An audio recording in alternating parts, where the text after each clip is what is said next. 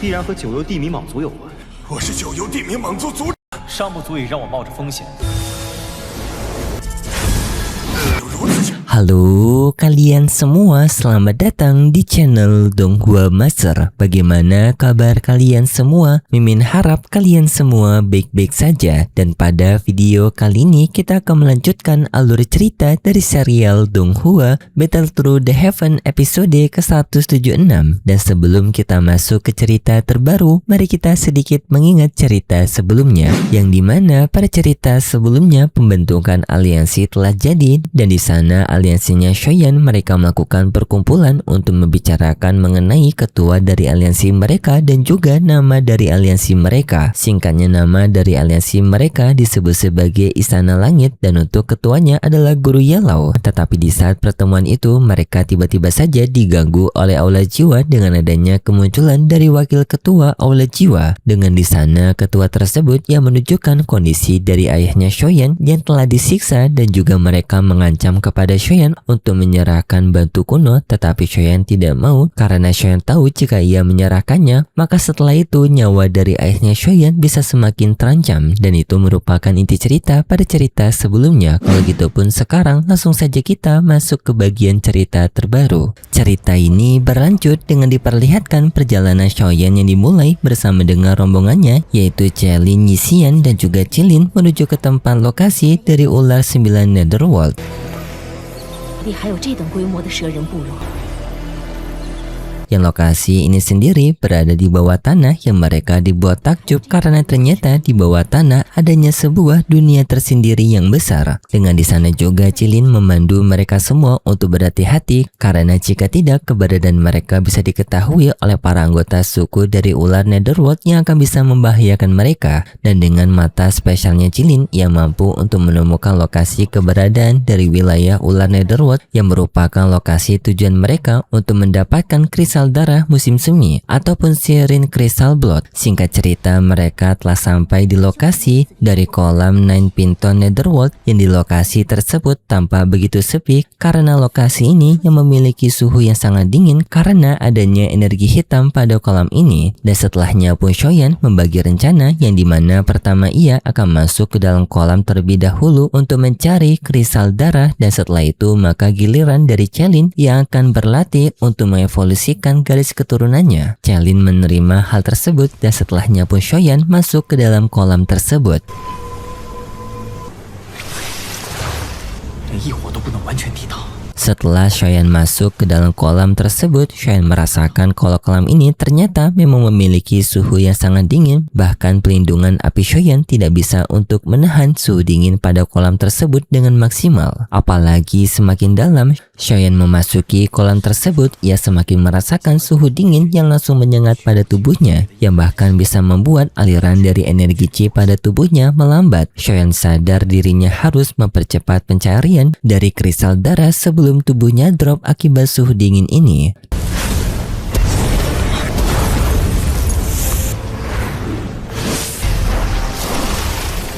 Tetapi di tengah perjalanan tiba-tiba saja Shoyan dihadangkan oleh para ular yang menjaga kolam tersebut. Dengan ular tersebut berjumlah sangat banyak mencoba untuk menyerang Shoyan dan Shoyan mencoba untuk melawannya menggunakan kekuatan apinya. Tetapi di sini Shoyan juga sadar kalau ia tidak bisa untuk melawan para ular karena kekuatannya yang akan mengurang dan juga sulit untuk bertahan dari suhu dingin dari kolam ini. Jadinya Shoyan memutuskan untuk kabur dari ular tersebut dan mencari jalan keluar. Yang di sana Shoyan menjebak juga ular itu dengan menjebak mereka di sebuah batu besar.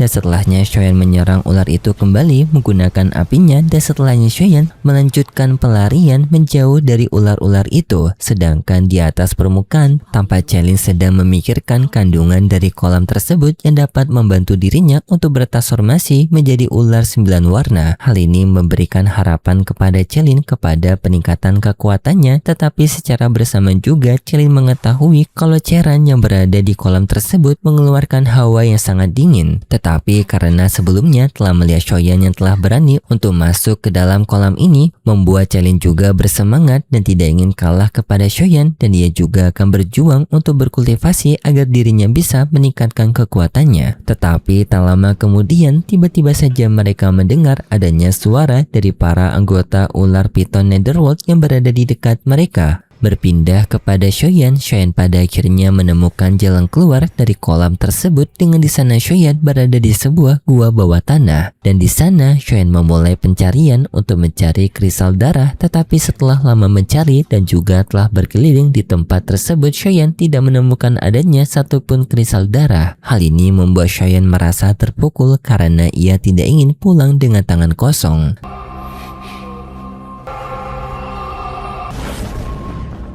Tetapi tak lama kemudian Shoyan mendengar adanya suara permintaan pertolongan, dan di sana Shoyan mencari tahu dari mana suara itu berasal. Yang suara itu ternyata berasal dari seseorang yang sedang dikurung di sebuah altar besar. Dengan di sana Shoyan melihat orang tersebut juga merasakan kalau orang itu berada di ranah Doseng bintang 2. Hal ini membuat Shoyan cukup kaget bagaimana bisa pria sekuat itu terjebak di dalam penjara di sini. Pria tersebut bernama Yao Ming, dan di sana Yao Ming kaget adanya Shoyan di wilayah dari ular Netherworld, yang dimana Shoyan merupakan ras manusia.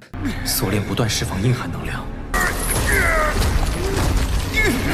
简直比杀了他还要多，却又不会危及性命。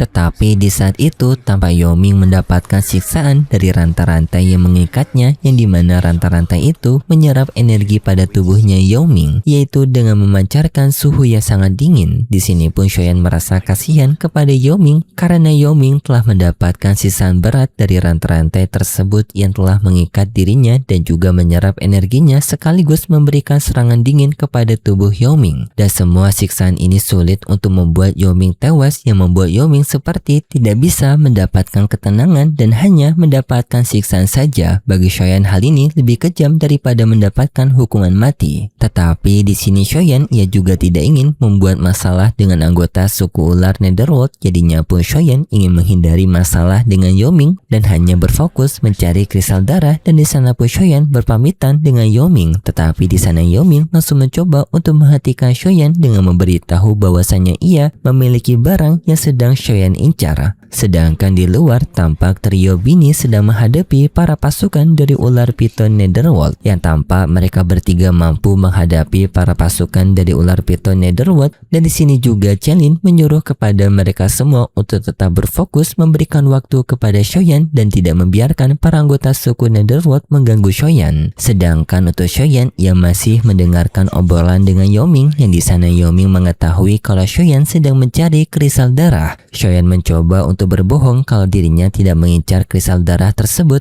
tetapi Yao Ming menyadari kalau Shoyan sedang berbohong karena tidak mungkin adanya tujuan lain bagi seseorang untuk memasuki kolam ini selain kristal darah. Dan Yao Ming mengakui kalau ia memiliki kristal darah terakhir, dan kristal darah sendiri merupakan sebuah harta yang hanya muncul setiap ribuan tahun sekali. Dan jika Shoyan tidak menerima tawaran dari Yao Ming, maka dipastikan Shoyan akan pulang dengan tangan kosong, dan Shoyan harus menunggu waktu ribuan tahun lagi untuk bisa mendapatkan kristal darah yang baru. Tetapi Shoyan mengatakan dirinya tidak ingin mendapatkan masalah dari pihak ular piton Netherworld karena menolong orang yang telah menjadi tahanan dari pihak suku ular Netherworld. Tetapi Yao Ming mengatakan bahwasanya ia bukan penjahat, melainkan ia merupakan kepala suku. 必然和九幽地冥蟒族有关， 我是九幽地冥蟒族族长。 尚不足以让我冒着风险。 Hal itu pun membuat Shoyan kaget karena sepengetahuan ia, kepala suku dari ular piton Netherworld adalah seseorang yang bernama Yao Xiaotian. Yao Ming menjawab bahwasanya Yao Xiaotian merupakan saudaranya, dan saudaranya jugalah yang telah membuat dirinya dipenjara di tempat ini. Yao Ming menjelaskan jadi awalnya kepemimpinan dari suku ular Netherworld merupakan kepemimpinan yang akan dibagi menjadi dua antara Yao Ming dan juga Yao Xiaotian. Tetapi Yao Xiaotian ia tidak suka kepada Yao Ming karena Yoshi Tian menganggap Yao Ming telah mengambil esensi kekuatannya di saat masih berada di kandungan, karena setelah lahir Yao Tian memiliki kekuatan yang berada di bawah Yao Ming. Hal itu membuat Yao Tian memiliki dendam kepada Yao Ming dan membalaskan dendam tersebut yaitu dengan cara membicarakan Yao Ming di tempat ini, dan hal itulah yang membuat Yao Ming sekarang tersiksa di penjara ini. Tetapi tak lama kemudian Xiaoyan tiba-tiba saja merasakan adanya guncangan besar dari atas permukaan, yang hal itu pun membuat Xiaoyan khawatir. Tetapi Yao Ming memberikan peringatan kepada Xiaoyan bahwasanya itu kemungkinan merupakan anggota suku dari ular Netherworld yang sedang mencoba untuk ke tempat mereka, dan di sana Yao Ming ingin memberikan tawaran bantuan kepada Xiaoyan karena di luar sana nanti kemungkinan Xiaoyan akan menghadapi Yao Tian yang telah berada di ranah Doseng bintang 1 dan juga pamannya yang berada di ranah Doseng bintang 1 juga, yang artinya Xiaoyan akan menghadapi dua ranah Doseng. Dan Yao Ming memberikan tawaran dengan adanya dirinya maka Xiaoyan akan memiliki bantuan dari Doseng bintang 2 yang sekaligus juga nantinya Yao Ming akan bisa mendapatkan kembali tatahnya, yang tatah tersebut akan bisa untuk digunakan oleh Yao Ming untuk menghentikan masalah ini sekaligus juga membalas budi baik Xiaoyan yang telah menyelamatkannya, yaitu dengan Yao Ming yang akan memberikan bantuan apapun kepada Xiaoyan. Xiaoyan tertarik dengan tawaran dari Yao Ming, tetapi Xiaoyan juga masih belum percaya kepada Yao Ming. Jadinya pun di sini Xiaoyan memberikan tawaran kepada Yao Ming, yaitu Xiaoyan yang akan memberikan segel kepada jiwanya Yao Ming. Jika Yao Ming mencoba untuk berkhianat, maka Xiaoyan akan menggunakan segel itu untuk menewaskan Yao Ming, dan dengan hanya cara tersebutlah bagi Xiaoyan bisa untuk percaya kepada Yao Ming. Yao Ming awalnya tidak mau tawaran Xiaoyan, tetapi karena di sini sudah berada di situasi terpojok, ia pun memutuskan untuk menerima tawaran Xiaoyan. Ia juga sudah muak di penjara selama ratusan tahun di penjara ini, dan dirinya ingin sekali untuk melihat dunia luar dan sekaligus juga membalaskan dendam kepada saudaranya.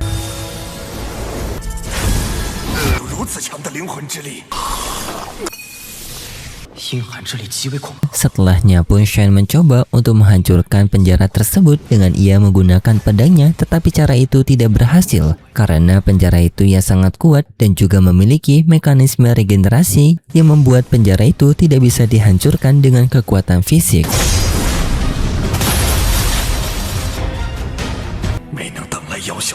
Dan di sana pun Shen mencoba untuk menghancurkannya dari dalam, yaitu dengan kekuatan jiwanya. Di sana Shen mencoba untuk mencari titik lemah dari penjara tersebut, yang sampai pada akhirnya Shen menemukan hal itu.